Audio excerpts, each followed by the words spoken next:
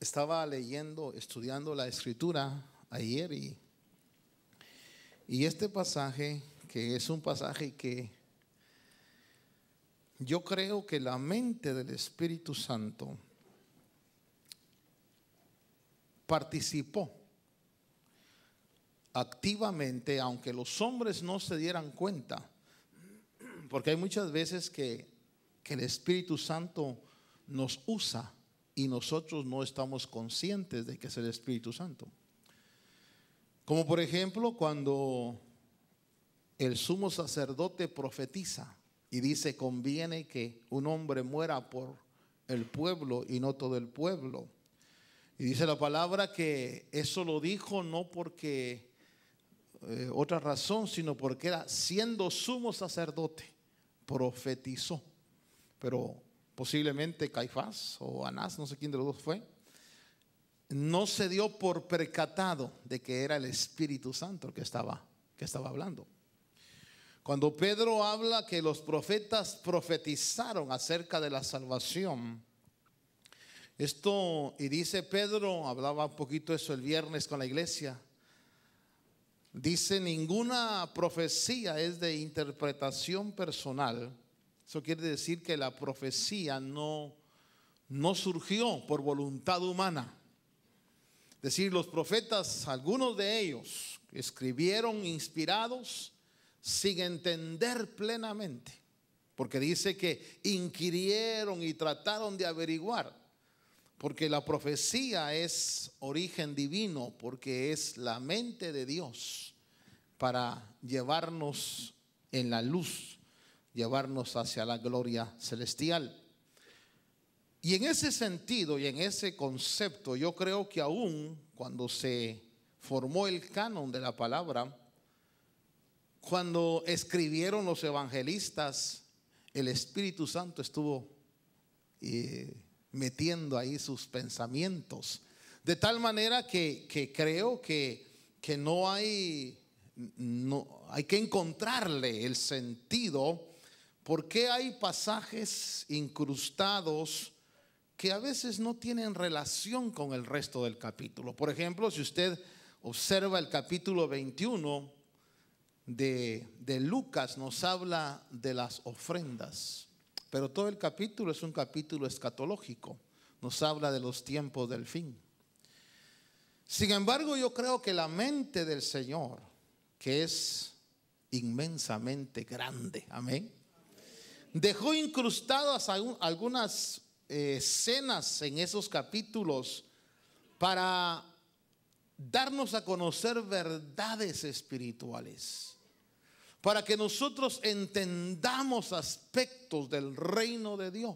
Y por eso, si usted lee en capítulo 21 de Lucas, que dice la palabra, y ahí usted lo va a leer en su casa, cuando Jesús declara proféticamente todo lo que va a pasar a Jerusalén. Dice el verso 5 de ese capítulo que estaban hablando del templo, del adorno, de las piedras. Si lee usted conmigo en el verso 5, dice: mientras algunos estaban hablando del templo, de cómo estaba adornado con hermosas piedras y ofrendas votivas. En otras palabras, todo ese capítulo, Jesús les dice: ¿veis eso? No va a quedar piedra sobre piedra que no sea derribada. Y a Jesús le preguntan: ¿cuándo va a suceder eso? Usted sabe, Jesús empieza a declarar, y capítulo 21 de Lucas es un capítulo escatológico que habla de la destrucción de Jerusalén en el año 70. Pero esta mañana yo no quiero hablarle de la escatología, sino de el enfoque que Jesús hace del reino.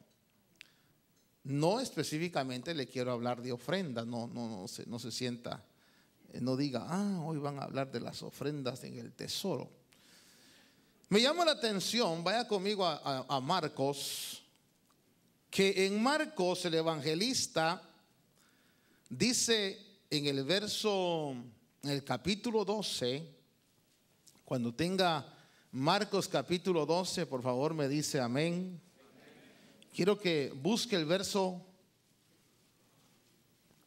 41, me parece que es. ¿Ya lo tiene? Note lo que dice: Jesús se sentó. ¿En dónde? Frente al arca del tesoro. Ahora yo quiero preguntarle algo. ¿Cree usted que Jesús estaba interesado en la plata? ¿Ah? ¿Sí o no? O sea que a Jesús no le interesa la plata. ¿Cuántos dicen a Jesús no le interesa la plata? ¿Y entonces por qué se sentó ahí enfrente del arca del tesoro? Fíjese usted que es tan interesante esto, porque déjeme hilvanar mis pensamientos correctamente, que Jesús dice se sentó frente al arca del tesoro y observaba cómo la multitud echaba dinero. A ver, dígale que está a su lado: el Señor te vio cuando estabas echando tu dinero. ¿O no te vio? Algunos cierran el puño, pero los ojos de Dios ven lo que hay dentro del puño. Algunos dicen: Señor, aquí te doy mi ofrenda, es lo mejor que tengo. Y el Señor mira. En otras palabras, Dios ve. Dios ve cuando nosotros ofrendamos. Pero aquí oiga esto: dice que Jesús se sentó frente al arca del tesoro y observaba cómo la multitud echaba dinero en el arca del tesoro. Y muchos ricos, ¿qué dice? Echaban grandes cantidades. Y llegó una viuda pobre, y esa viuda pobre echó 2 pequeñas monedas de cobre, 2 blancas. Dicen que es aproximadamente 0.8 de centavo de dólar, o sea que ni un centavo. Echó 2 monedas de cobre, un cuadrante. Pero es tan importante para Jesús, fíjese, este acto es tan importante para Jesús, que Jesús, ¿qué hizo? Arregló seguido. Lea por favor. ¿Qué hizo en el verso 43? Llamó a sus discípulos. Fíjese, les va a dar una lección. Les va a dar una enseñanza que a mí me fascinó cuando la leí, la comprendí ayer. Llamando a sus discípulos, les dijo. O sea que los discípulos no estaban ahí. Es como cuando por ejemplo usted encuentra algo y vengan a ver. Y usted ve que es importante que los demás observen. Entonces Jesús llama a sus discípulos y les dice: en verdad os digo que esta viuda pobre echó más que todos los contribuyentes al tesoro. Cuando nosotros leemos esa contribución, Segunda de Reyes, capítulo 12, nos dice que en Israel, hermano, hubo un tiempo donde necesitaban restaurar el templo, porque el templo era considerado la casa de Dios. Diga, la casa de Dios.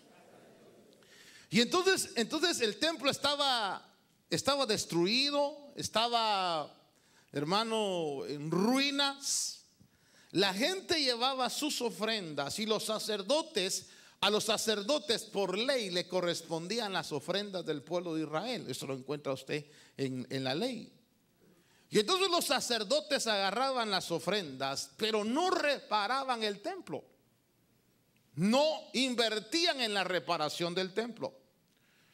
Y entonces viene en ese pasaje, cuentan cómo estructuran de tal manera que la gente, hermano, ya no le daba todas las ofrendas a los sacerdotes, sino ciertas ofrendas por la culpa, por el pecado que les correspondían a los sacerdotes, y pusieron una especie de caja ahí para que la gente echara sus ofrendas para la reconstrucción del templo. O sea que Israel, hermano, sabía lo que era dar para reconstruir el templo.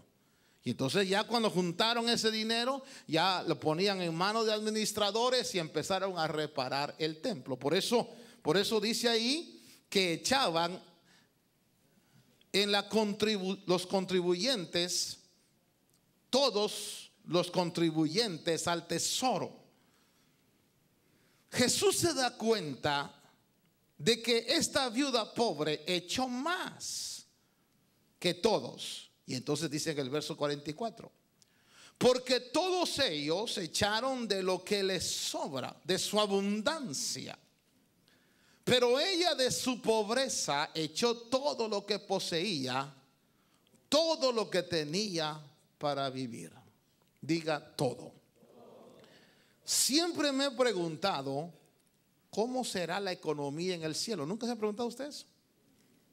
Nunca se ha preguntado, porque en el cielo, a ver, ¿cómo se imagina usted el cielo? ¿Nubes? ¿Angelitos diciendo aleluya?